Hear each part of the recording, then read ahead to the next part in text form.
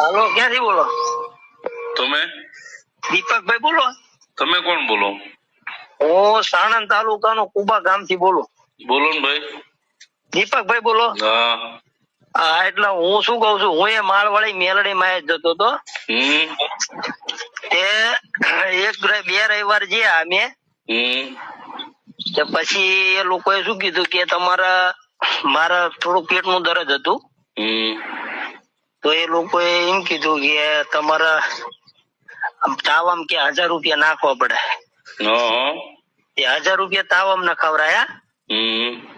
અને પછી મને 6 રવિવાર ભરાવરાયા. 6 રવિવાર ભરાવરાયા હતા. પછી મટ્યું નહીં. પછી હું વળીને બીજી વખત જોયો.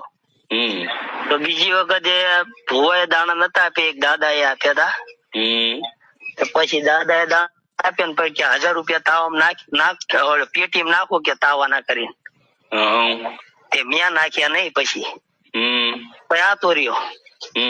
તમારા વિડીયો હું 2-3 વખત થી જોયા, 15 દિવસ થી જોઉં છું. બરાબર. તમારો કોન્ટેક્ટ નંબર નતો મારી જોડે. બરાબર. પણ આજ મેં એક વિડીયો તમારો નંબર આવ્યો તે મેં એમાંથી લખી લીધા. 2 નંબર છે તમારા. 2 નંબર આલે પછી મેં તમને કીધું આમને મારે મળવું છે, પણ તમારો કોન્ટેક્ટ નંબર નતો મારી જોડે. બરાબર.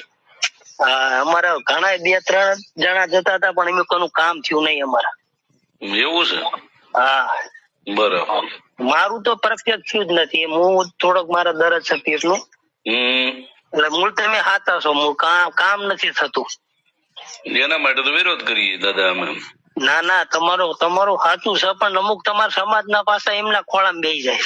કઈ વાંધો નહીં. અમારા સમાજના થોડાક છે ને કે ઝાટી બુદ્ધિના છે.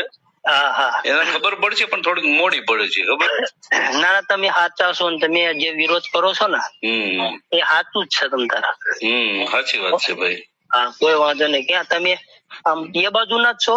ના, અમે તો સાવરકુંડલા બાજુના છીએ, અમરેલી જિલ્લો, કાઠિયાવાડ. બરાબર. અમે ગુજરાત, અમે કાંઠાના છીએ. હા, તમે સાણંદ બાજુના છો ને? સાણંદ આવે ને તમારું? હા, સાણંદ આવો. કઈ વાંધો. શું નામ કીધું? પ્રહલાદભાઈ. પ્રહલાદભાઈ. હા. કઈ વાંધો નહીં ભાઈ, કઈ ઉપાધિ નહીં કરતા. હમણાં માતાજી બધા ઘીના ઠામમાં ઘી પાડી દે. હા, એ વાત સાચી. અને વિશ્વાસ રાખો તમારી કુળદેવી માથે ભાઈ.